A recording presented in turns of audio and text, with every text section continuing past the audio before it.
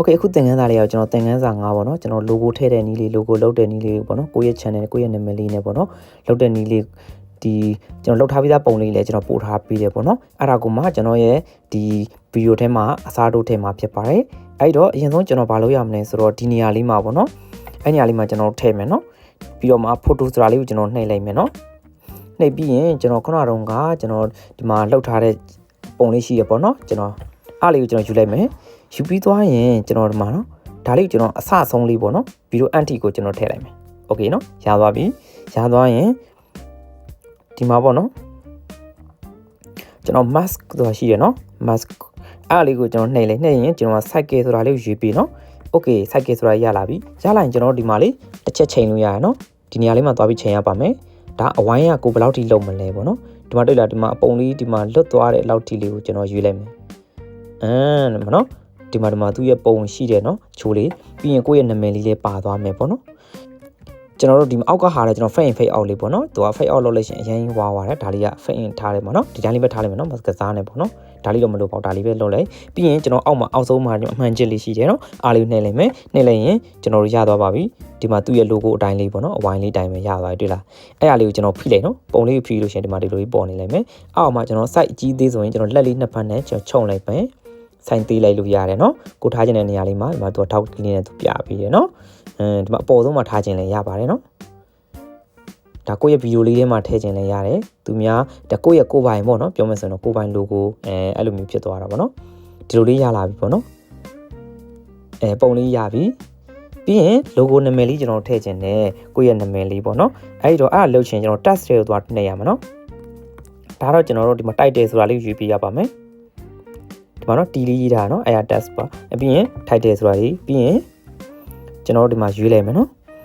ကျွန်တော်တို့ဒီမှာပေါ့ channel နာမည်လေးပေါ့နော်ကျွန်တော်လူကာဝင်းဆိုတော့လူခါဝင်း okay ဒါလေးရပြီဆိုရင်ကျွန်တော်ဒါလေးကိုမှကျွန်တော် font ဒီမှာလေးဒါလေးရွေးပြလို့ရနော်ဒါပုံစံပေါ့နော်ဒီထဲမှာကျွန်တော်မာစာဖောက်လှလေးလည်းကျွန်တော် channel တွေကပို့ပြမယ်နော်okayကိုကြိုက်နေတဲ့ရပါတော့ဒါလေးကတော့ရွေးလို့ရပါတယ်ဒီဇိုင်းတွေကလုပ်လို့ရပါတယ်ကိုတီရှင်တီတင်တဲ့လို့ပေါ့နော်โอเคဒါလေးဆိုရင်လည်းရပြီနော်အကာလာလေးဆိုရင်လည်းโอเคဒီလိုလေးထားလိုက်ဒီမှာကြီးလိုက်ပေါ့နော်ဒါကြီးအရင်ဖီဖီဆိုလို့ရှင်လည်းဟီးဆိုလို့ရှင်လည်းမကောင်းဘူးပေါ့နော်ကြီးရလူတော့လည်းပြတ်တယ်ကြီးရဆိုးတယ်ပေါ့နော်ဒီမှာသစ်သီးလေးရကောင်းပါတယ်ကျွန်တော် black and white and black လေးအားလေးပဲသုံးလိုက်မယ်နော်ဒီကရိုးလေးရတယ်ပေါ့ရိုးဆိုရင်ဒီဟာလေးသုံးလိုက်နော်အဖြူကြီးပဲโอเคဒီလိုဖြစ်သွားရင်ကျွန်တော်ဘာထပ်လုပ်လို့ရလဲဆိုတော့ဒီကအမှန်ချက်လေးကိုထပ်နိုင်လိုက်မယ်ရွေးသွားပြီးပေါ့နော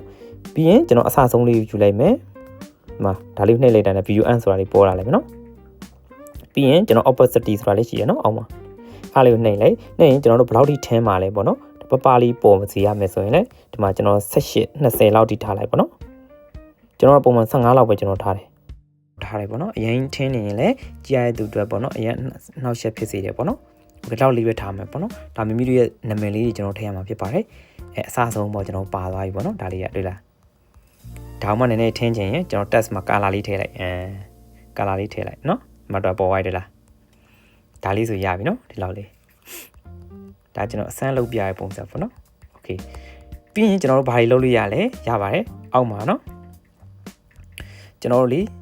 ေဒီမှာဒီဘက်လေးဆွဲလိုက်မယ်ကျွန်တော် background ဆိုတာလေးရှိရနော်အဲ့မှာကျွန်တော်တို့ဒီမှာဒါကြီးကအနက်ရောင်ကြီးဖြစ်နေတွေ့လားဒီမှာ space ကအရင်လွတ်နေကျွန်တော်တို့ကဒီ 9:60 ပေါ့နော် ratio ထားတာဖြစ်တဲ့အတွက်ဒီမှာလွတ်နေရပါတော့အဲ့အတွက်ကျွန်တော်တို့ကဒီမှာ image ဆိုတာလေးယူလိုက်လို့ရှိရင်ကျွန်တော်တို့ကဒီထဲမှာပါတဲ့ပုံစံအတိုင်းကိုသူကအလုံးလုံးနေတယ်ပေါ့နော်ဒီမှာလေမှန်ချစ်ချက်လိုက်မယ်နော်ဒါဆိုရင်တွေ့လားသူကနောက်မှာအဲ့လိုလေးလုပ်တယ်နော်အဲ့လိုလေးရတယ်ဒါမှမဟုတ်ရင်ကျွန်တော်တို့ color လေးထည့်လို့လည်းရတယ်ဒီမှာ color လေးတွေကျွန်တော်ထည့်ပြီးတော့မှလည်းနောက်ခံလေးတွေပြောင်းပြီးတော့လုပ်လို့ရပါတယ်နော်ဒီမှာလေတွေ့လားဒါတော့ကိုယ့်ရဲ့စိတ်ကြိုက်လုပ်လို့ရပါတယ်ခင်ဗျโอเคနော် email လေးသုံးလဲရပါတယ်ဒီမှာကျွန်တော်ဒါဗလားပေါ့နော်သူကတော့ email မှာဗလားထည့်လိုက်တာဒါဆိုသူလှုပ်ရှားမှုလေးတွေတော့ဗလားလေးနဲ့ပါနေမှာပေါ့နော်ဒီလိုဆိုရင်ကျွန်တော်တို့ copyright လည်းလုပ်ပါတယ်ပြီးရင်ဒါလေးလည်းနည်းနည်းကစားလို့ရတယ်နော်ဒီပေါ်လေးနဲ့တင်လိုက်ပေါ့โอเคဒီပေါ်လေးတင်လို့ရတယ်ပေါ့နော်ဒါကြည့်ရနည်းဆိုးသွားလို့ပေါ့နော်ဗီဒီယို size ratio အရင် short တာတဲ့ခါကျတော့ဒါလေးဆိုတော်တော်လေးအဆင်ပြေပေါ့နော်ဒီမှာတော့အစားအဆုံးလေးโอเคနော် ဒါလေးဆိုရင်တော့အဆင်ပြေမယ်ထင်ပါတယ်โอเคကျွန်တော်ဒီနောက်ဆုံးတစ်ခုပေါ့နော်နောက်ဆုံးတစ်ခုကကြာကျွန်တော်တို့မူရင်းကာလာပေါ့နော်ကျွန်တော်မတူတော့အောင်လို့ဘာလုပ်မလဲဆိုတော့ကျွန်တော်တို့ဒီမှာကျွန်တော်တို့ဟွာလောက်မယ်နော်ကျွန်တော် filter လေးကိုကျွန်တော်သုံးပေးရပါမယ်ဒီမှာနော်ကျွန်တော်ဒီလို filter လေးအရောင်လေးပြောင်းပေးရမယ်နော်အဲ့တော့ကျွန်တော်ပမာလဲဆိုတော့ဒီမှာ filter ဆိုတာလေးရှိရနော်โอเคဒီမှာ filter နော်ထိတ်ဆုံးပါโอเคဒါလေးကိုနှိပ်ပြီးတော့ကျွန်တော်တို့အရောင်လေးတွေပြောင်းပေးလို့ရတယ်နော်ဒီလိုလေးဆိုကျွန်တော်လုံးဝဒါ origin နဲ့မဟုတ်တော့ဘူးနော်ဒီမှာလေးအရောင်လေးနဲ့ကျွန်တော်ပြောင်းလိုက်လို့ရတယ်နော်โอเคနော်ဒါလေးအရောင်လေးပြောင်းပြီးတော့မှစမ်းကြည့်ပါပြီးတော့ဒီဟာလေးလုပ်လို့ရပါတယ်ကျွန်တော် detail လေးတွေပေါ့နော်ဘာလဲဆိုတော့ကျွန်တော် sharpness လေးနည်းနည်းလေးတိုးလို့ရတယ်နော် sharpness လေးကျွန်တော်20လောက်ထားလိုက်ကျန်တဲ့ဟာတော့တိတ်မကစားနဲ့ပေါ့နော် contrast လေးဆိုရင်လည်းနည်းနည်းလေးကစားပေးကြည့်ဒါလေးဆိုရင်ကျွန်တော် detail လေးပို့ပြီးတော့ကြွားသွားရနော်ဗီဒီယိုရဲ့ detail ပေါ့ဒါလေး20လောက်ထားလိုက်နော်ဒီမှာဒါ filter အုပ်ပြီးသားဖြစ်သွားပါပြီအစဆုံးနော်ဒီမှာဒါလေးရကိုယ်ပိုင်စိတ်ကြိုက်ပေါ့ကစားလို့ရပါတယ်အရောင်လေးရဲ့ origin နဲ့အရောင်မတူတော့ဘူးပေါ့နော်ကျွန်တော်ပုံမှန်ဆို A2 ဒီ A3 လေးကျွန်တော်သုံးတာများတယ်ပေါ့စိမ့်စိမ့်လေးနဲ့သူကဒီတီးလေးချွတ်ကြွလေးဖြစ်သွားတယ်ရုပ်လေးတွေပို့ပြီးတော့ပေါ်သွားတယ်နော်ဒီလိုလေးဆိုရင်တော်တော်လေးအဆင်ပြေသွားပါပြီ